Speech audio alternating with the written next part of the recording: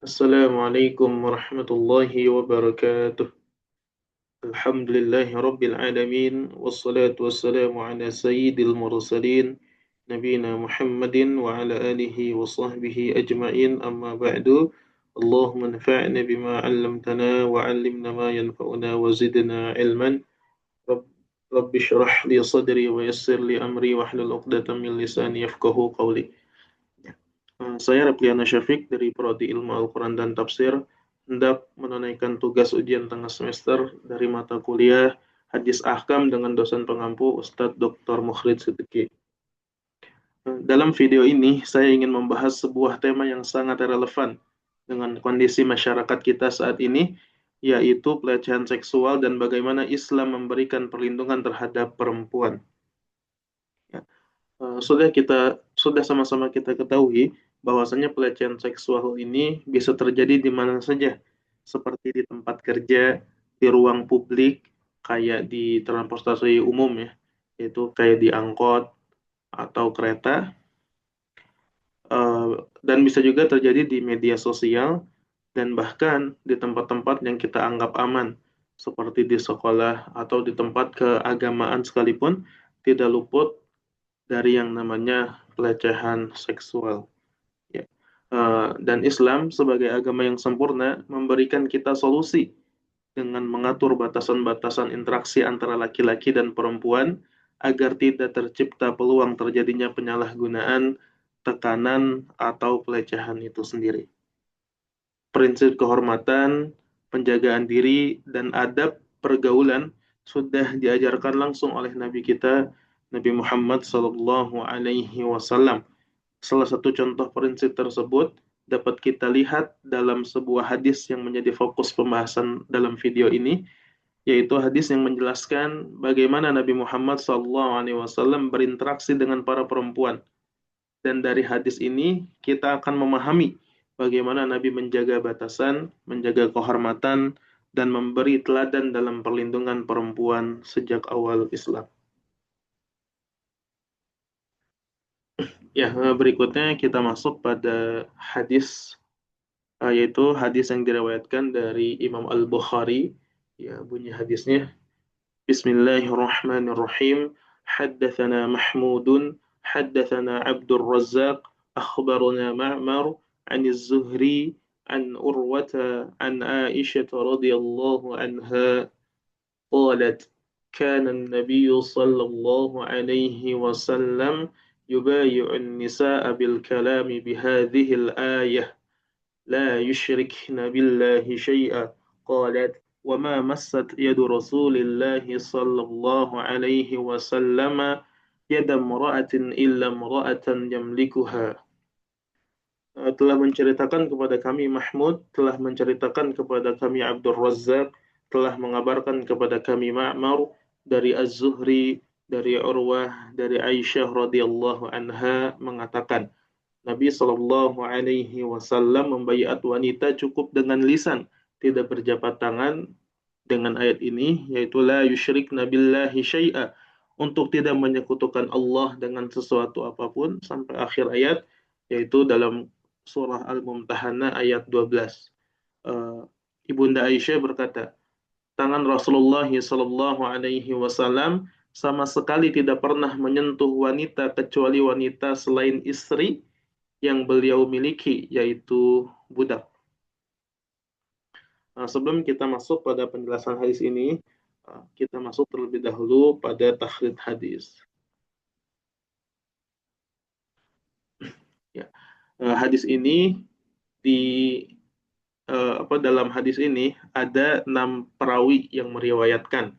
Yang pertama yaitu ada Ibunda Aisyah radhiyallahu anha. Nama asli beliau adalah Aisyah binti Abi Bakar radhiyallahu anha. Beliau wafat pada tahun 58 Hijriah. Komentar ulama mengenai beliau yaitu sahabat. Beliau adalah kalangan sahabat sekaligus istri Rasulullah. Kemudian beliau berkalangan sahabat. Ya. Kemudian yang kedua ada Urwah bin Az-Zubair bin Al-Awwam bin Khuwailid bin Asad bin Abdul Izzi bin Qu. Beliau wafat pada tahun 93 Hijriah. Kemudian komentar ulama mengenai beliau, Imam Al-Ajli mengatakan beliau adalah thiqah. Ya, makna dari thiqah yaitu adil dan dhabit. Adil di sini maksudnya beliau adalah orang yang adil, orang yang jujur, bertakwa, dan dikenal tidak pernah berdusta. Kemudian dobat yaitu dari segi hafalan dan ingatannya sangat kuat sekali. Kemudian komentar Ibnu Hajar yaitu thiqah. Komentar Ibnu Hibban disebutkan dalam As-Thiqat. Kemudian Urwa bin Az-Zubair ini termasuk dari kalangan tabi'in, kalangan pertengahan.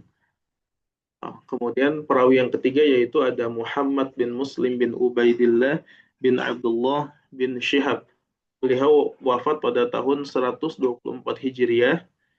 Komentar ulama mengenai beliau, yang pertama ada Ibnu Hajar Al-Asqalani, beliau mengatakan faqih hafil mutqin. Kemudian Imam Az-Zahabi mengatakan seorang tokoh. Imam Muhammad bin Muslim bin Ubaidillah bin Abdullah bin Syihab ini termasuk dari kalangan tabi'ut tabi'in, dari kalangan pertengahan. Kemudian perawi yang keempat yaitu ada Imam Ma'mar bin Raushid. Beliau wafat pada tahun 154 Hijriah.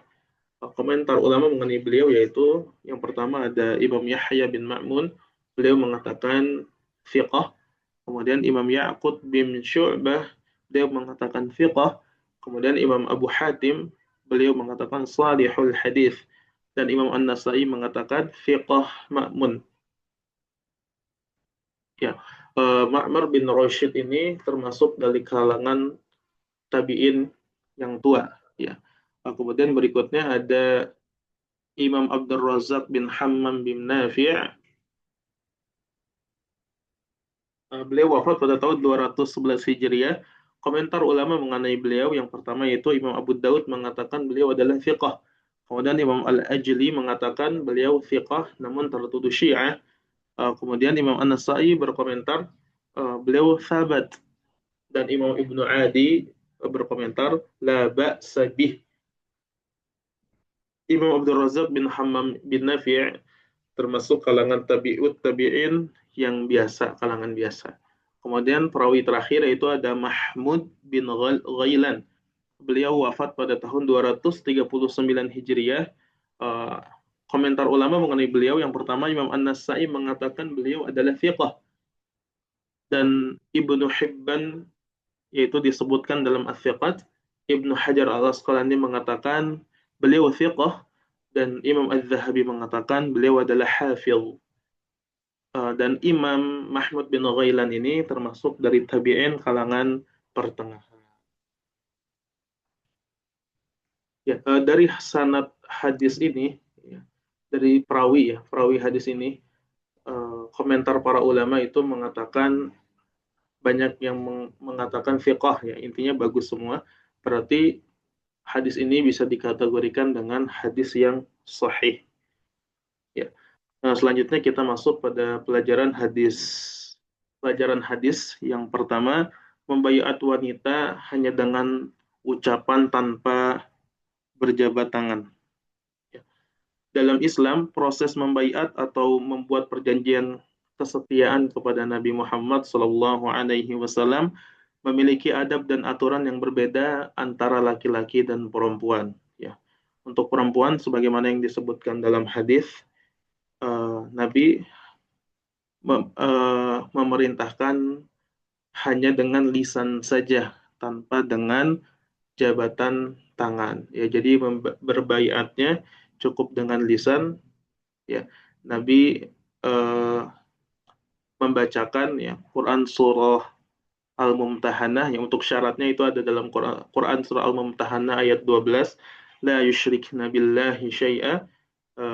Yang pertama jangan berbuat syirik, kemudian jangan berbuat zalim, ya seperti membunuh, berzina, dan mencuri. Ya. Lalu para perempuan menyatakan persetujuan mereka secara lisan, ya, baiatnya diterima. Adapun ketika membaiat laki-laki, Nabi Muhammad SAW melakukan dua hal sekaligus, yaitu dengan ucapan sebagai bentuk perjanjian dan jabat tangan sebagai bentuk penegasan dan penguat komitmen. Hal ini menunjukkan bahwa syariat membedakan bentuk interaksi laki-laki dan perempuan. Tujuannya yaitu untuk menjaga kehormatan, batasan, dan keamanan mereka, yaitu kaum perempuan. Kemudian pelajaran berikutnya yaitu tidak boleh menyentuh kulit wanita yang bukan mahram tanpa adanya alasan atau tanpa ada alasan darurat atau tanpa darurat seperti berobat dan lain-lain.